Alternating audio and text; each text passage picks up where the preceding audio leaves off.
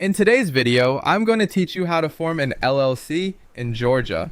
We'll walk through the online process shown here, starting from the Georgia State website and moving into the business registration system. As you follow along, make sure you're on the official Georgia government pages so you're working in the right place. First, go to the Georgia website. Once the home page loads, take a moment to look over the page and then scroll down until you find the section labeled Create and File Registration. This area is where the state directs users who need to handle business-related filings online, so it's the right starting point for this process. When you see that section, click Register Online. This will take you toward the online filing tools. If a new page opens with additional state service options, continue by selecting the Online Services page. This is the portal that connects you to the business filing system used for registrations and related actions.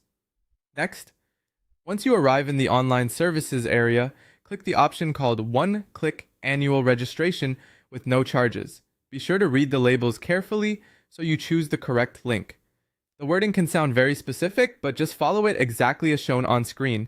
After that, you'll be asked to select the annual registration period. Choose the appropriate period from the available options on the page. This step helps the system identify the registration timeframe you want to work with, so it's important to make sure you select the correct one before moving forward.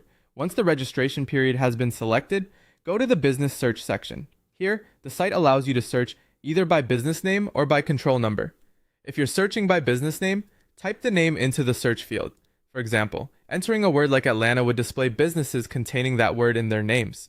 This is useful if you need to locate an existing business record and want to confirm you've found the correct listing before proceeding. After entering your search information, click Search Business. The system will then display the matching results based on what you entered. At this stage, take your time reviewing the results carefully so you select the correct business entry if more than one appears.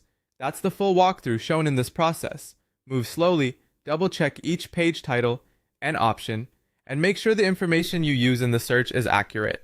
Following the steps carefully will help you avoid selecting the wrong service or business record.